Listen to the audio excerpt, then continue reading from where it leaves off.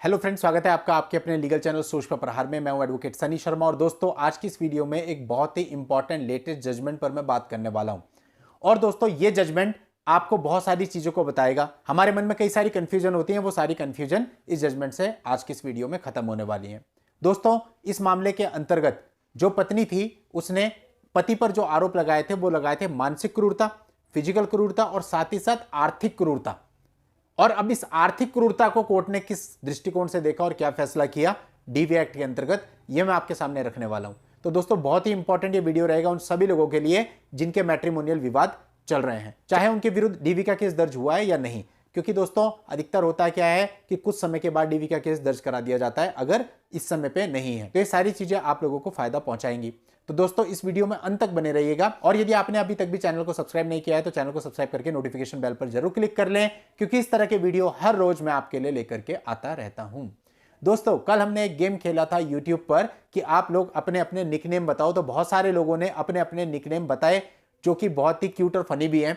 तो आज का दिन इसको और छोड़ते हैं और कल फाइनली हम लोग डिसाइड करेंगे कि उसमें से सबसे क्यूट नाम किसका है और सबसे फनी नाम किसका है। तो जिसने अभी तक पार्टिसिपेट नहीं किया है वो कम्युनिटी पोस्ट में जाकर के अपने निकनेम जरूर बताएं, क्योंकि दोस्तों जीवन में टेंशन के साथ साथ थोड़ा सा एंजॉयमेंट भी बहुत जरूरी होता है, तभी हम एक बैलेंस बना करके लाइफ में चलते हैं। तो ये सब चीजें भी करेंगे और साथ ही लॉ की नॉलेज भी लेंगे। तो चलिए दोस्तों अपने मुद्दे पे आते हैं। ये शादी दोस्तों 26 साल पहले हुई थी और शादी के कुछ समय के बाद ही पति पत्नी के बीच में अनबन रहने लगी। फिर दोस्तों वो लोग दोनों अलग रहने लगे।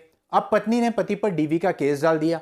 अब इस केस में कोर्ट ने सारी चीजों को देखते हुए 5,000 रुपए पर मंथ का मेंटेनेंस ऑर्डर कर दिया। अब दोस्तों पत्नी ने इस आदेश के विरुद्ध सेशन कोर्ट में अपील करी कि भाई उसको जो मेंटेनेंस ग्रांट किया गया वो बहुत ही कम है और इसके साथ साथ उसको अदर रिलीफ्स भी नहीं दिए गए हैं।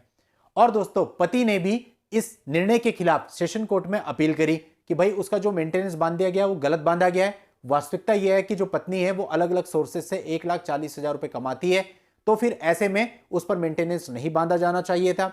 साथ ही कोविड की वजह से वो अभी बेरोजगार है, उसका काम भी नहीं है, वो बहुत मुश्किल से अपना काम चला पा रहा है और पत्नी उसके साथ खुद नहीं रहना चाहती है। उसने अपनी तरफ से डाइवोर्स का केस भी डाला हुआ है और बच्चों का सारा शिक्षा का, उनके भरण पोषण का, उनके लालन पालन का सारा खर्चा पति उठाता है। यह पति का वर्जन था, तो उसने भी अपील फाइल कर दी।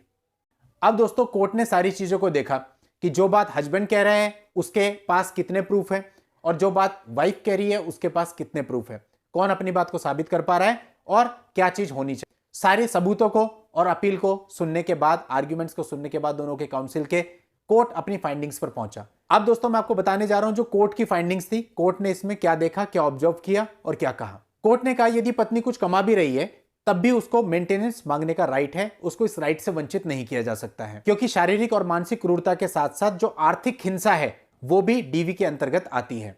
और पत्नी को अपने पति की हैसियत के अनुसार जीवन जीने और जीवन का आनंद लेने का पूरा अधिकार है।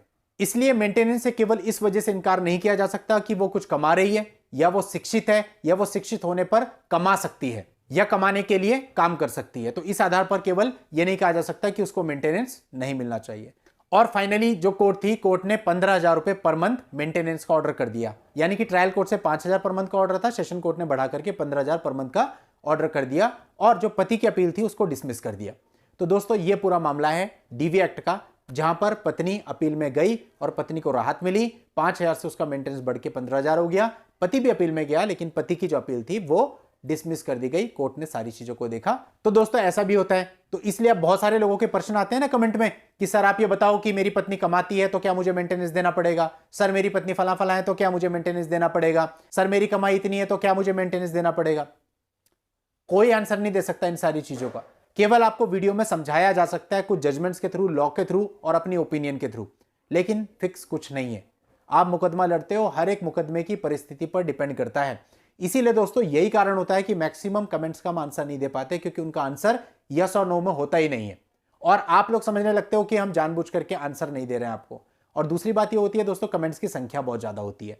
अब हजारों कमेंट, अगर एक क्रिएटर सारे कमेंट्स का आंसर देने लगे तो वो पूरे दिन भर कमेंट्स का आंसर देता रहेगा, तब भी सारी कमेंट्स का आंसर नहीं दे सकता।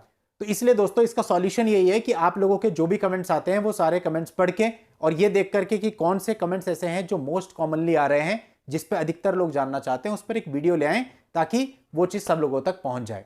दोस्तों आपकी हेल्प के लिए जजमेंट का लिंक आपको वीडियो के नीचे डिस्क्रिप्शन में मिल जाएगा, वहां जाके आप पूरे जजमेंट को पढ़ सकते हैं, पूरी जानकारी ले सकते हैं। और यदि आपकी कोई पर्सनल समस्या है और आप उसके लिए मुझसे बात करना चाहते हैं तो उसके लिए इस वीडियो के नीचे डिस्क्रिप्शन में व्हाट्सएप नंबर दिया हुआ है, उस व्हाट्सएप नंबर पर व्हाट्सएप मैसेज करके आप अपनी अपॉइंटमेंट बुक करके मुझसे बात भी कर सकते हैं और मिल भी सकते हैं।